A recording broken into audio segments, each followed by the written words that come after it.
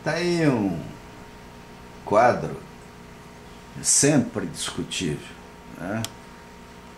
Quais são os impactos das usinas, né? Lógico que uma usina ela é tão mais impactante quanto pior for feita, né?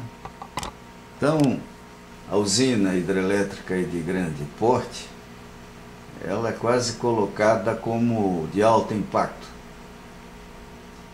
Até porque nós criamos indicadores ao gosto dos estrangeiros e com isso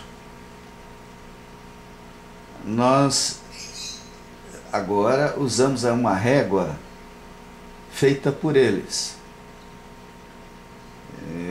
Temos impactos e temos benefícios também, né? Óbvio, quem estuda impacto não vai estudar o benefício, isso é responsabilidade de um outro lado. Nós deveríamos ter estudo de benefícios das usinas. Alguém já viu isso? Tem aquela propaganda, normalmente a empresa que constrói procura colocar uma propaganda dizendo que a usina é boa, mas nunca vi uma propaganda bem feita. Até porque não interessa, né? Eu acho que retomar a ideia do uso múltiplo das águas, controle de cheias, navegabilidade, né? A água disponível para abastecimento de cidades, isso não interessa a um investidor que já tem confusão demais com os xiitas do meio ambiente. Mas isso existe, né? Quem sabe agora, numa nova fase, em que o governo federal parece que acordou, o segundo mandato do presidente Lula é ótimo, é apaixonante, quando ele rompeu de fato com uma estratégia imobilista, e só que carece, né? Nós esperamos que o nosso governo Dilma Rousseff tenha agora o bom senso de ensinar ao povo, mostrar ao povo o que uma usina representa, né? Por que uma termoelétrica dentro da cidade, né? Por quê? Para não ficar 4 horas no escuro, talvez, como nós vimos a cidade de São Paulo no último blackout. Um negócio inacreditável, inimaginável.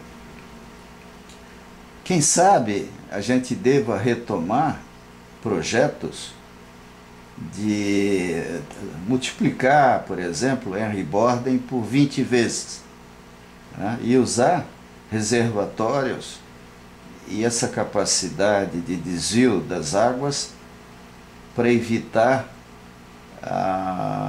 as enchentes, né? Aqui em Curitiba, eu vim para cá graças ao projeto Rio Negro. Eu me lembro que foi um diretor da Copel na época falar sobre esse projeto em Itajubá, 1968. Seria uma hidrelétrica de 4.000 megawatts a 100 metros, a 100 quilômetros de distância, 100, 200 quilômetros de Curitiba, desviando para o Oceano Atlântico águas do Rio Iguaçu. Mais adiante esse projeto foi abandonado, disseram que porque eram águas internacionais, mas na prática nós não tínhamos carga para isso, não tínhamos sistema de transmissão. Agora é o momento de retomar esses projetos, porque o Brasil já é grande, tem uma malha de transmissão colossal, é um país que já pode retomar projetos abandonados há 30 anos atrás, 40 anos atrás, e operar isso aí de forma sincronizada com outros benefícios, com outras diretrizes, não simplesmente para produzir energia elétrica. Nós podemos ter uma usina hidrelétrica parada durante 90% do tempo do ano, né? Ela vai gastar, ela vai ter muito menos problemas que uma termoelétrica parada 90% do ano, né? E servindo os seus reservatórios para garantir o abastecimento de água, para evitar as secas, as estiagens, para, vamos dizer assim, até para a prática de esportes, né? Então nós temos que analisar cada opção dessas com muito cuidado, né? A famosa energia fotovoltaica ainda está em estudos, mas nós temos grandes esperanças em diversas opções energéticas, né? Se a preocupação é o CO2, coisa assim, aí a conversa muda de figura, porque aí o grande vilão são os alto-fornos, o problema do automóvel, a impermeabilização das cidades e coisas assim, né? Agora vamos falar da competitividade socioambiental, né? O empreendedor, coitado dele, né?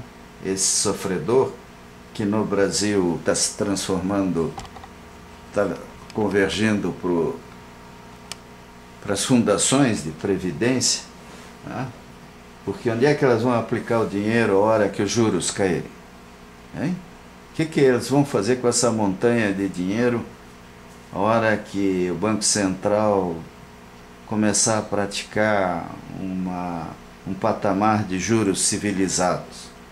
Então, se não tiverem para quem emprestar, vão ter que investir em projetos, né? Ótimo, né? Tomara que esse momento chegue logo. E aí, né, com entidades, principalmente fundações, mexendo com os velhinhos do Brasil inteiro, classe média, esses que trabalharam, talvez eles acordem e comecem a orientar melhor os jovens, né, para diminuir os riscos regulatórios e políticos. Nós temos que diminuir os custos ambientais, rateando esses custos. Quer dizer, se uma usina ela tem uso múltiplo, por que o empreendedor, por que aquele que quer fazer a usina tem que pagar tudo? Por que o consumidor de energia elétrica tem que pagar todas as contas, né? Os intemperismos, eventos críticos, são um desastre. Isso aí é um negócio que assusta, porque principalmente na famosa academia, a gente descobre pessoas que muitas vezes não têm a mínima preocupação com a honestidade intelectual, e isso dá voto, né? Então, um cara quer ganhar uma eleição, ele parte para um foco desses e usa isso como tema de campanha política. Então nós temos que agir até juridicamente, exercitar os efeitos do poder da nossa legislação e do poder judiciário para inibir afirmações levianas. Nós deveríamos exigir a anotação de responsabilidade técnica daqueles que das reportagens, de tudo isso, para evitar que o indivíduo gratuitamente saia dizendo besteiras. Bem, temos o risco cambial. Esse é brutal quando a gente depende da importação de equipamentos, né? Então aqui até dá para discordar, por exemplo, quando ele diz que bem, a PCH é óbvio que é baixo, né? Agora, se nós dependemos de importações, uma eólica, o risco cambial é elevado, né? A solar é altíssimo. Por quê? porque a maior parte das coisas são importadas, né? Lógico, se nós usarmos só para esquentar água, né, essas coisinhas que existem, põe no telhado, tudo bem. Mas se a gente quiser usar a energia em grande escala, tudo isso que depende de importações acaba tendo um risco cambial elevado, né, que é, infelizmente, o nosso caso nas termoelétricas. Nós não criamos uma indústria no Brasil de usinas termoelétricas de grande porte. Até porque é uma aventura, né? Não é tão simples assim fazer uma termoelétrica, né? Essas grandes indústrias que o digam quanto já perderam em projetos errados, né? Não, realmente não é simples fazer uma termoelétrica de grande porte. Então essas tabelinhas de custo, né, elas são polêmicas, ainda mais quando entram com essa precisão, 134, 105, aí devia dizer algo em torno de 700, algo em torno de 70, em torno de 400, vamos usar esses números de uma maneira, ou então botar aqui embaixo mais menos, que nem a gente faz na campanha eleitoral, qual é a probabilidade desses números estarem certos, mais menos 10%, mais menos 5%, seria é gozado que justamente a Justiça Eleitoral, ela criou no Brasil a única fonte de informações, assim, pública, onde se diz assim, mais ou menos tantos por cento, ou a loteria, Mega Sena, tudo mais, se o indivíduo se der o trabalho de ler o verso do volantezinho ali. Nós temos que dizer qual é a faixa de provável, né? E não simplesmente um número com 3, 4, 5 dígitos. Está errado, gente. Está errado. Aqui, ó, o preço aqui, R$ 68,34 por megawatt-hora.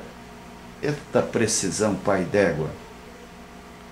Bem, então nós temos que ver a análise comparativa dos impactos socioambientais, né? Isso temos que fazer. E compete principalmente a EPE, a quem está se dedicando a isso, as nossas universidades, ONGs, né? Se é que tem alguma ONG equilibrada, fazendo um estudo mais preciso, né, dos impactos ambientais, né? E isso é extremamente importante. O único problema é que as fontes alternativas de energia, ano a ano, têm novidades. Quer dizer, o que vai acontecer de fato, né? Daqui a 5 anos, 10 anos? É o tempo que a indústria leva para colocar um produto aí que está sendo pesquisado. Aliás, eu sempre brincava com o meu pessoal, dizia, olha, no protoboard tudo funciona. Aí na hora que você pega aqueles transistores, na época era transistor, sei lá o que, resistências, põe tudo numa caixinha e transforma aquilo num medidor, num controlador, aí é que nós vamos descobrir a diferença, né, monumental que existe entre um projeto de bancada e um projeto funcional, né? As surpresas nem sempre são agradáveis. Então os impactos ambientais provocados pelas fontes alternativas em larga escala podem ser tão significativos quanto os decorrentes das fontes convencionais. Lógico, né? Você imagine cobrir os pampas com aerogeradores. Daria para fazer isso, por que não? Né? Afinal, lá vive dando enchente, então nós teremos uma maneira de dar ao proprietário uma fonte de energia, uma fonte de renda, como compensação pela convivência de um tremendo ventilador na sua propriedade, 1, 2, 3, 10, 20, 50, 500, ali não tem limite. Nós poderíamos ter algumas Itaipus no sul do Brasil, no litoral do Nordeste. Agora, isso tem impacto ambiental, produz barulho, corta os circuitos de migração de aves, ele, na hora da manutenção, tem que conviver com grandes máquinas, né? E faz barulho, que de dia pode não significar muito, mas à meia-noite, para quem tem bom ouvido, isso pode ser algo ruim, não só para o ser humano, como para os animais também, para os passarinhos.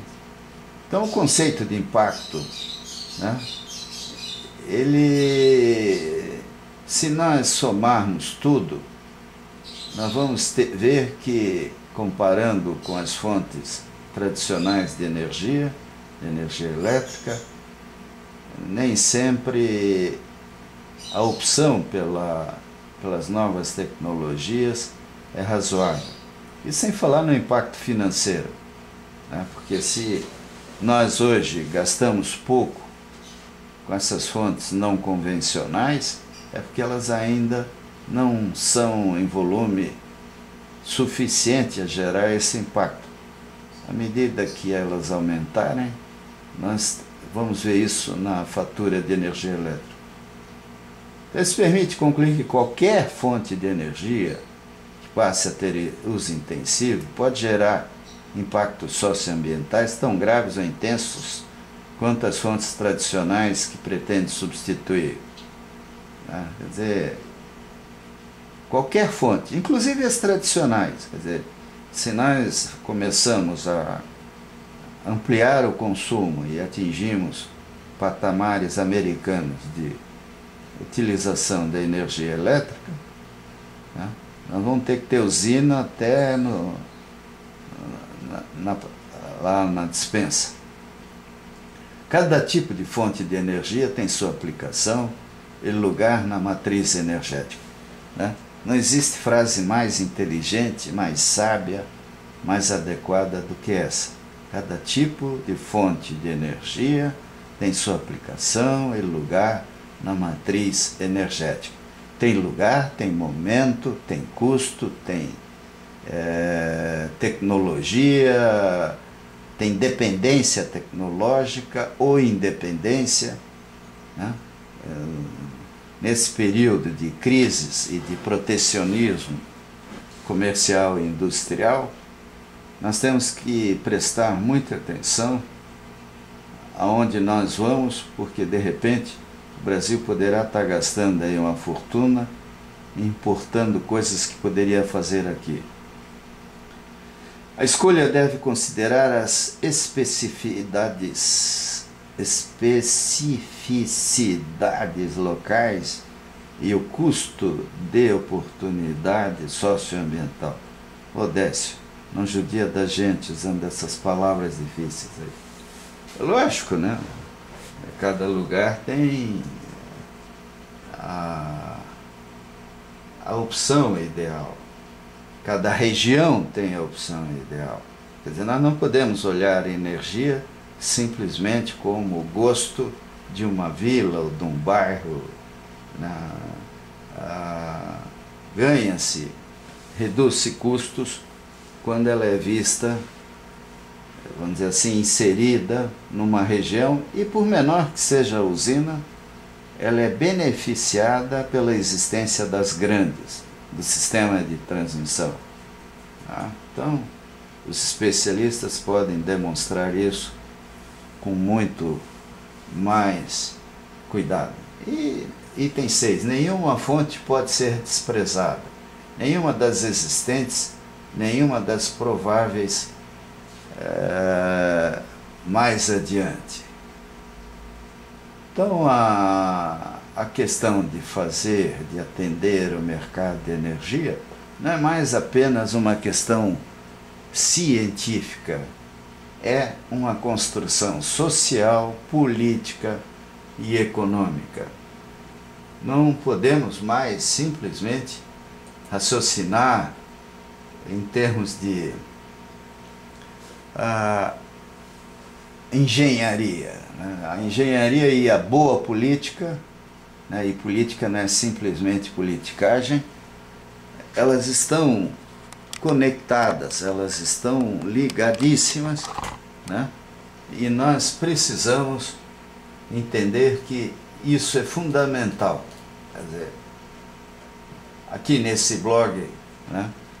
No jornal Mirante, quer dizer, Mirante de Defesa Civil, eu falo sobre isso, né? E lá no Paraná Política eu tenho colocado minhas colocações até com raiva, né? Porque nós temos que voltar a aprender a pensar, né?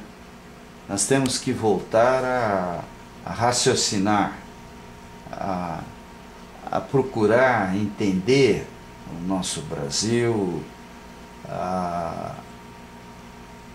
o mundo em que vivemos, né? E isso significa ir longe, quer dizer, nós não podemos simplesmente desprezar coisas tão importantes quanto a conquista da felicidade, né? A felicidade em si, né? E o mundo que nós queremos, para não cairmos, né? No ridículo que o Brasil já teve inúmeras vezes, né? Que até viabiliza livros como esse, que é denominado aí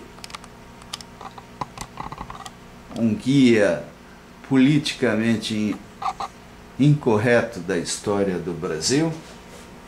E para os engenheiros que gostam de história, nós poderíamos escrever um guia politicamente incorreto da história da engenharia no Brasil. Vale a pena, né? Mas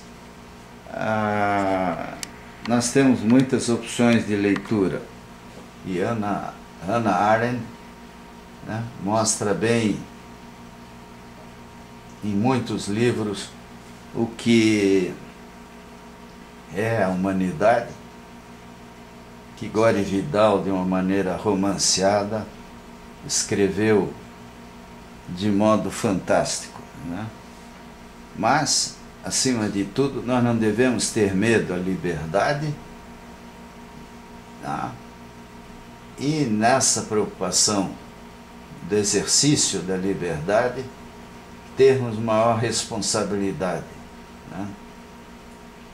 Então, a Vida do Espírito, né, que é um livro de Hannah Arendt, é sensacional, porque talvez fosse o ponto de partida de todas as análises que a gente deva fazer em torno das nossas opções, do que nós pensamos. E nós, no final, temos que olhar com cuidado, porque nós vivemos num mundo comprometido, um mundo complicado, né? Esse livro da Loretta Napoleone, Economia Bandida, mostra bem o que é, em que planeta nós mergulhamos, né? E que merece até ser comparado com outros cenários, outras situações em que nós vimos o Brasil quase chegando a um ponto de maior desenvolvimento, mas perdemos diante de governos incompetentes e incapazes de aproveitar o momento para fazer do Brasil uma grande potência, né? Aliás, vale a pena ler também a biografia de Alan Greenspan, que, como toda biografia, é lógico, ele se elogia um bocado, mas é uma tremenda lição de economia que merece ser vista quando nós pensamos no futuro do trabalho, né? E no desafio mundial, na história, na economia, na vida que pretendemos, né? E a história da vida privada no Brasil, que é uma coleção sensacional, que merece ser vista com cuidado. Porque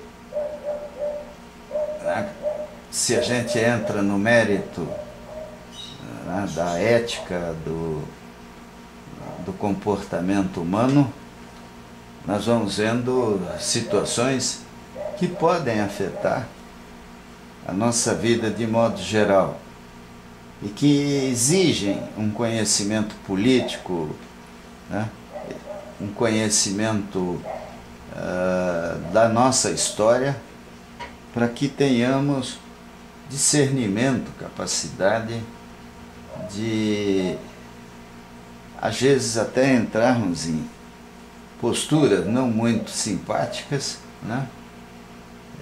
Como Bertrand Russell até escreveu, ensaios impopulares, e lembrar da necessidade de criatividade,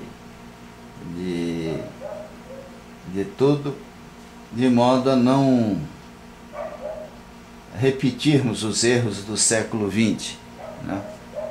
Onde, até talvez por efeito das transformações brutais que a humanidade passou, nós tivemos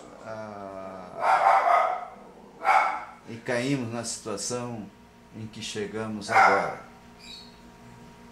Então, gente, felizmente temos pessoas inteligentes e, acima de tudo, devemos cuidar para não sermos simplesmente medíocres, profissionalmente medíocres, politicamente medíocres, né? E fugindo da mediocridade, termos, vamos dizer assim, capacidade de não embarcarmos em teses equivocadas.